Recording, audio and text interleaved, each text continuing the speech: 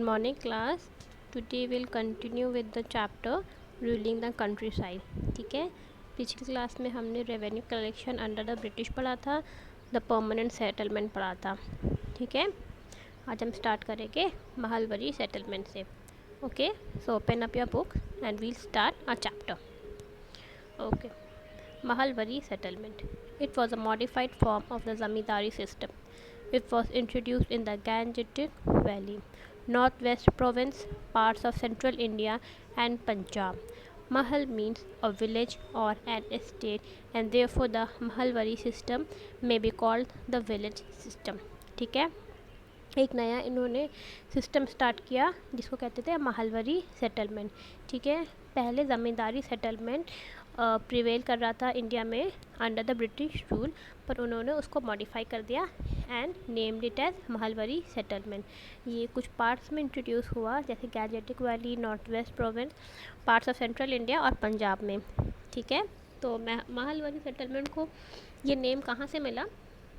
महल को कहते हैं विलेज या स्टेट. ठीक है, महालवरी सेटलमेंट को या महालवरी सिस्टम को ऐसे भी कह सकते हैं कि it is a village system.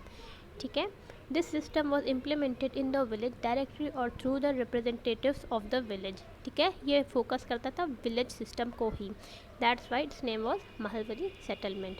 ठीक है, the amount of land revenue was received periodically so that the government could revise the same whenever it's so desired. ठीक है, जो इनका रेवेन्यू कलेक्शन होता था ब्रिटिश का, वो पीरियडिकली ये लोग रिसीव करते थे फ्रॉम द विलेजर्स.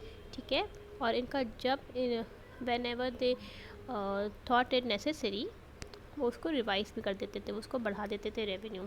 ठीक है, in such a case there would be no loss to the government as in the case of permanent settlement. ठीक है, जैसे हमने पिछली बार डिस्कस किया था परमानेंट सेटलमेंट के बारे में. ठीक, परमानेंट सेटलमेंट में इन लोगों को नुकसान हो रहा था.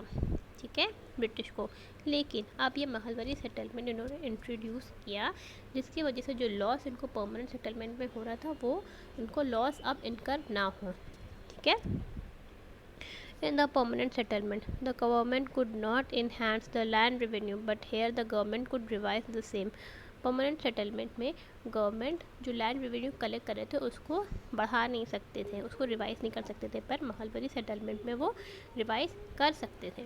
ठीक है, generally the period was fixed for 30 years when the government used to review and enhance the land revenue.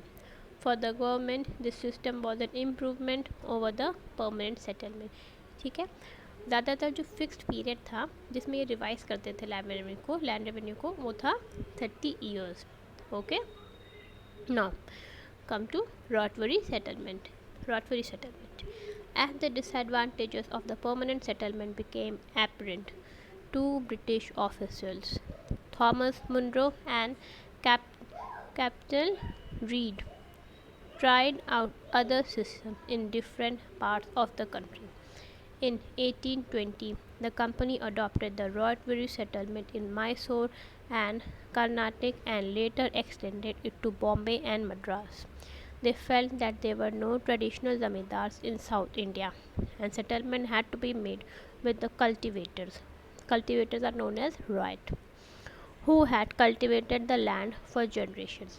The fields were carefully surveyed before the revenue was fixed. The revenue demand was very high. Peasants were unable to pay the revenue and they deserted the fields. ठीक है, अब इसमें देखिए permanent settlement में कहीं disadvantages थे. ठीक है, तो जो दो ऑफिशियल्स थे ब्रिटिश के जिनका नाम था Thomas Munro and captain Reid, उन्होंने ट्राई किया कि जो है कुछ पार्ट्स ऑफ द कंट्री में कोई और सेटलमेंट हम लाएं क्योंकि परमानेंट सेटलमेंट से लॉस हो रहा है. ठीक है, तो 1820 में ये दोनों जो ऑफिशियल्स थे उन्होंने स्टार्ट किया रॉटवरी सेटलमेंट. कौन सी जगह पे? मैसूर में और कर्नाटक में. ठीक, फिर उन्होंने उसको एक्सटेंड कर लिया बॉम्बे में और मद्रास में. ठीक है, उनको लगा कि जो ट्रेडिशनल ज़मींदार होते हैं वो साउथ इंडिया में कम हैं, तो इसीलिए उनको एक सेटलमेंट स्टार्ट करना होगा वहाँ के कल्टीवेटर्स से. ठीक है, पहले ज़मींदार से होता था लैंड रेवेन्यू कलेक्शन, अब वो कल्टीवेटर से करेंगे. कल्टीवेटर्स कौन थे? जो वहाँ पे लैंड को कल्टीवेट करते थे, लैंड पे काम करते थे जनरेशन से, ठीक है।